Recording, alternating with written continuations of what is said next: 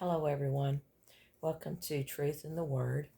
And today I'm going to do a devotional out of Genesis chapter 4. And I'm going to read 1 through 15 verses. And then I'm going to jump over to First John. And I'm going to read scriptures out of that kind of ties together, okay? So let me just kind of get my notes open here just in case to keep me on track, okay? So anyway, we're going to start with Genesis 4, and I'm going to read verses 1 through 15. And Adam knew Eve, his wife, and she conceived and bare Cain, and said, I have gotten a man from the Lord. And she again bare his brother Abel, and Abel was a keeper of sheep, but Cain was a tiller of the ground. And in process of time it came to pass that Cain brought of the fruit of the ground an offering unto the Lord. And Abel he also brought of the firstlings of his flock, and of the fat thereof. And the Lord had respect unto Abel and to his offering, but unto Cain and to his offering he had not respect. And Cain was very wroth, and his countenance fell. And the Lord said to Cain, Why are you wroth? And why has your countenance fallen? If you had done well, if you do well, shall you not be accepted? And if you don't do well, sin lies at the door, and unto you shall be his desire, and you shall rule over him. And Cain talked with Abel, his brother. And it came to pass, when they were in the field, that Cain rose up against Abel and slew him. And the Lord said to Cain, Where is Abel your brother? And he said, I know not. Am I my brother's keeper? And the Lord said, What have you done? The voice of your brother's blood cries out to me from the ground. And now you are cursed from the earth, which has opened her mouth to receive your brother's blood from your hand. When you till the ground, it shall not henceforth yield unto you her strength. A fugitive and a vagabond you will be in the earth. And Cain said to the Lord, My punishment is greater than I can bear.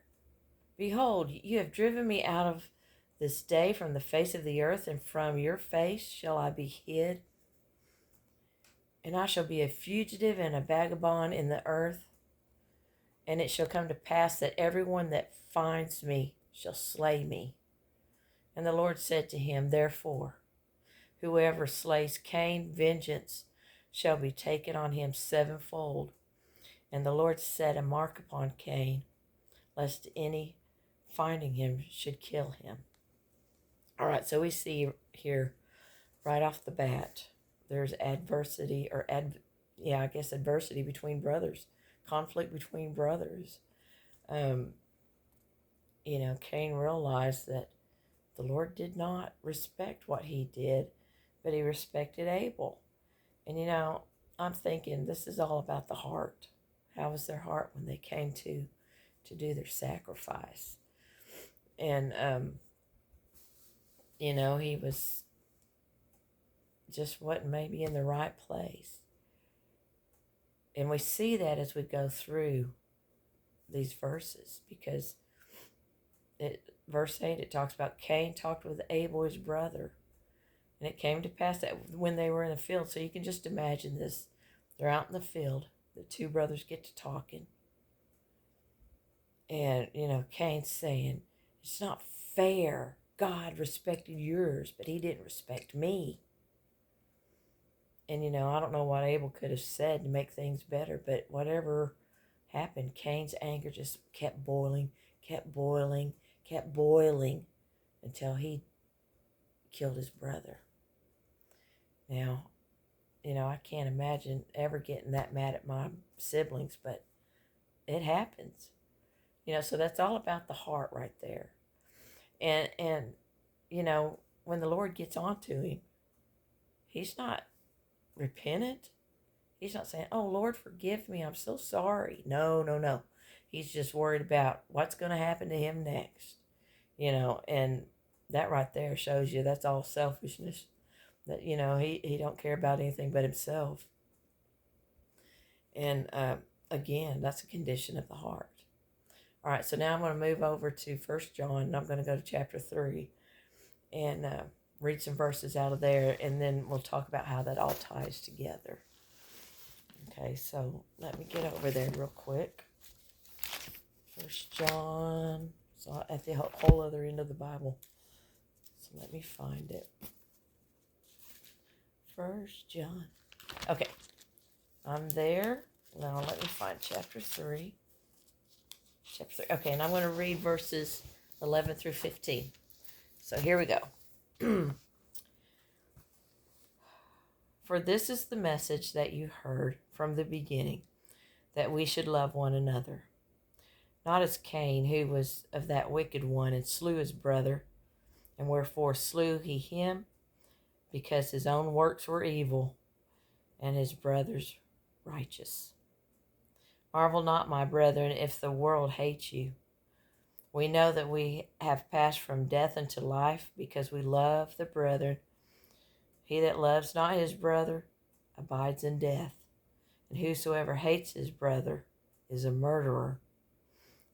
And you know that no murderer has eternal life abiding in him.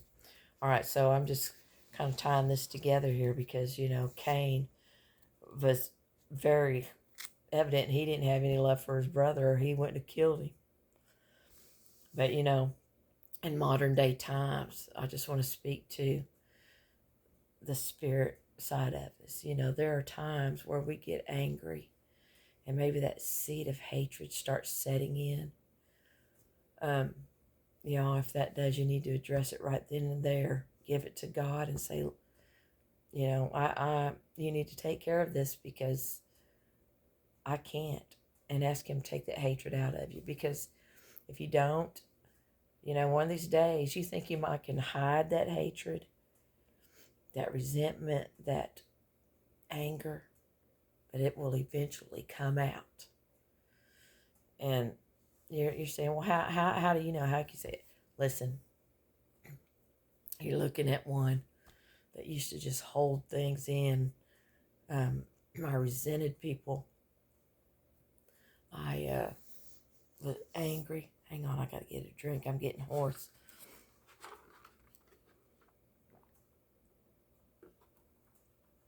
I was angry and hatred was setting in. You know, I had seen stuff that shouldn't be going on in churches. You know, I was a preacher's kid, so I saw a lot of stuff that most people don't see that goes on in churches, and how mean people can be, and how they can just backbite each other. And I called them hypocrites. But now that I'm saved, I realize we're all just sinners. And, you know, some of us are sinners saved by the grace of God through his blood, and others aren't. That's the only difference between us all. But anyway, when I got saved, the Lord he just cleaned me of all of that. And he took all the hatred, the anger, the bitterness, the resentment, and everything I had inside, took it out and replaced it with love. And so it's very hard for me to even think about hating someone now. And I don't care how mean or bad they are. I may get upset at them, and I may dislike them. But there's a part of me that always says, Lord, only you can change them and help them. You know, get out of what they're in, bring them to the light. And before, there's no way I could have prayed that, you know. So I just want to say, be careful. Be careful what you let grow inside, that you store up inside. You know, if you've got something against somebody, please go to them and say, listen, we need to talk. You know, this really bothers me that you did this against me. And then just kind of talk it out and see if you can resolve that difference before it gets to the point where you are a modern day Cain taking someone out. You know, if not physically, the Lord forbid, we've got enough of that going on in this world right now. But in your heart, they're already dead to you in your heart. And you know, that's not good for you. It's not good for your well-being emotionally or anything else. And then, of course, it's going to destroy any relationship you have with that individual. So y'all just think about that. And, if you've got things in your heart that you need to let go, then just give it to the Lord. Say, Lord, you know how I'm feeling. He knows. He already knows. So just speak it out to him. That helps us to speak it out to the Lord. And just say, Lord, you know what I'm feeling about this individual right now. Change me, create in me a pure heart and bless them. And let's just, try to get this resolved and let the Lord take care of that. And I can tell you when you do that, then you're going to be more at peace within yourself because you've given it to God and you're trusting Him to work. And so, that's just something I wanted to share with y'all this week. And so just take that into mind. And if you will, remember to subscribe and hit that bell button so you'll know whenever I come back on again. And please leave me a comment below. If you've got any helpful words to add to this, or if you have a question, please leave a comment below and I'll get back with you. Anyway, it's getting late. Well, not really, not for me, but it's getting late. I've been on here long enough. So thank you for visiting Truth in the Word. And I just love you all, and I hope you have a great day or night, wherever you're at right now. And I will try to be back later on in the week, okay? So until then, I'll see you.